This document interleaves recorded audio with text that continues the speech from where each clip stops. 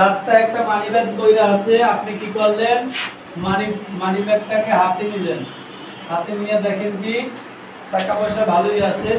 পরে আপনি চিন্তা করলেন না মালিককে দিয়ে দিই। পরে আবার কি করলেন, না এতগুলো টাকা তো সবাইরই দরকার, এই টাকাটা তো আমার কাজে লাগতে পারে, কিন্তু টাকাটা মিস ব্যবহারে পরিণত করলেন। তখন এই যে মানিব্যাগটা পাইলেন, এটা কি চুরি হবে নাকি অপরাধমূলক না অসাধুভাবে সম্পত্তি আত্মসাৎ হবে?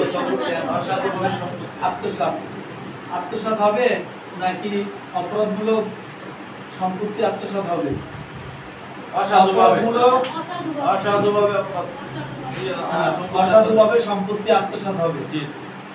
যতক্ষণ পর্যন্ত পাইছে ততক্ষণ পর্যন্ত অপরাধ না, যখন দায়িত্ব দিছে তখন অপরাধ না। স্যার আমার ক্ষেত্রে একবারে মিল। তাও কেমন?